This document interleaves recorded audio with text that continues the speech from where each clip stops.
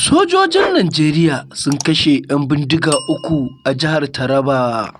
Rundunar 'Yan Sandan Najeriya sun janye ƙudurinsu na ganin sun gayyaci Sarkin Kano Alhaji Sunusi Lamiɗo Sunusi na biyu.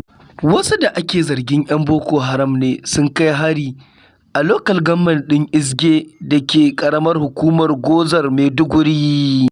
Daga ƙasashen ƙetare, Isra'ila ta amince da cewar ta yi laifi da kashe 'yan agaji mutane 15.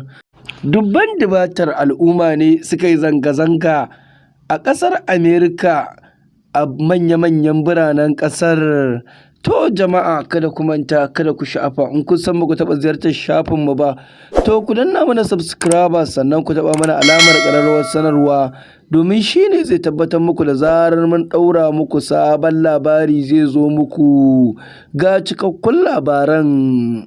A wata sanarwa, rundunar 'yan sandan Najeriya ta janye kiran da take wa Sarkin Kano na biyu, wato Alhaji Sunusi Lamiɗo Sunusi, Sarkin Kanon Dabo.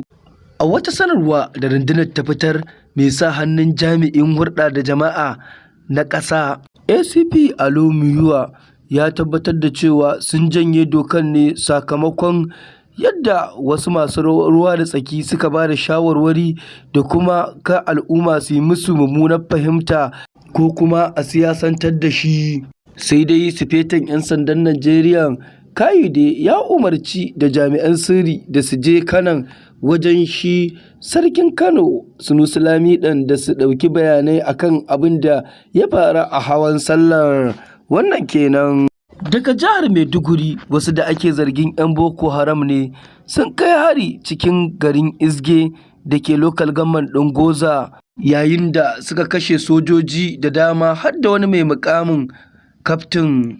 An dai kashe mayakan da dama a yayin gumurzun da suka tafka da mayakan Boko Haram ɗin.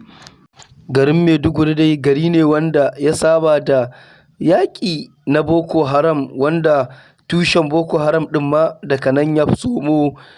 Duk a lokutan baya an samu tashe-tashen hankali a garin Maiduguri, lamarin da su a garin masu riga sun saba da irin wannan yaƙe-yaƙen, duk da tsaron jami'ai da aka tuttura da dama a garin Maidugurin, lamarin da a yanzu akan iya jin ɗan jefi-jefi sababbin hare-haren na Boko Haram ɗin na ɗan faruwa. Wannan kenan. Daga ƙasar Amerika, dubban dubatan al'umma ne suka gudanar da zanga-zanga a birnin Washington da sauran birane sakamakon ƙin amincewa da gwamnatin ta Amerika, wato Donald Trump, yadda yake gudanar da tsare-tsarensa da yadda ya ɓullo da ayyukan da yake shirin yi da kuma wanda ya yi. Hakan ya sa al'ummar ƙasar Amerikan wasu da dama na ƙin goyon bayan shirin nasa.